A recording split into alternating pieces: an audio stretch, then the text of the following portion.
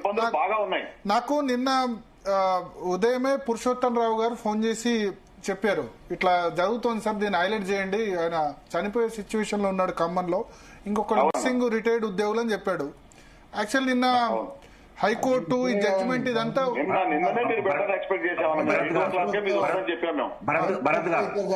నా ఇంకొక విషయం ఏంటంటే 15% కమిషన్ తీసుకుంటారంటే నేను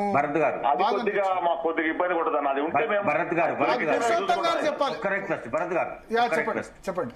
నా దగ్గరికి 3-4 హెడ్ మాస్టర్లలో 2 హెడ్ మాస్టర్స్ వచ్చి, అన్న ఒక 5-10 లక్షలు ఎక్కడైనా దొరికితే మాకు ఇప్పి అన్న వడ్డీకే, మమ్మల్ని ఎవరు నమ్ముతలేడు, ఈ డబ్బులు కనుక నా ఇంటి చుట్టూ తిరిగేటోళ్ళకి అప్పులు కట్టకపోతే నేను విషం తాగే పరిస్థితి, సచ్చే పరిస్థితి ఉంది అని అన్నాడు.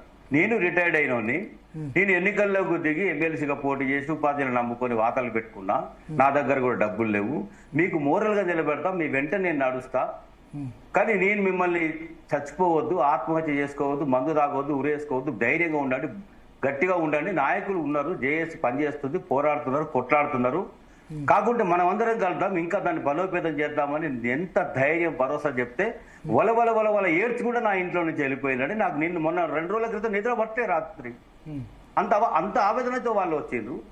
పరిస్థితి అట్లా కనబడుతుంది. ఎట్లా ఇది ఏం చేద్దాం, పరిష్కారం ఏం చేద్దాం చెప్పండి. 700 కోట్లు రిలీజ్ అయినాయి అని అంటా ఉన్నది, అసలు రిలీజ్ కాలేదని చెప్పేసి ఆఫీసులలో తెలుస్తా ఉంది. ఎక్కడికి పోయినాయి, ఎవరు తీసుకున్నారు, రిటైర్డ్ వాళ్ళకి ప్రయారిటీ ఎందుకు ఇవ్వడం లేదు.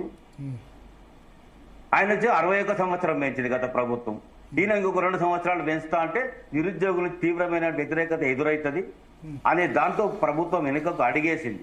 మా దగ్గర అట్లాంటి ఆలోచన. కానీ ఇప్పుడు నేనేమంటా అంటే దీనికి మీరు అంతా కూడా షార్ట్ టర్మ్ సొల్యూషన్ ఆలోచిస్తున్నారు.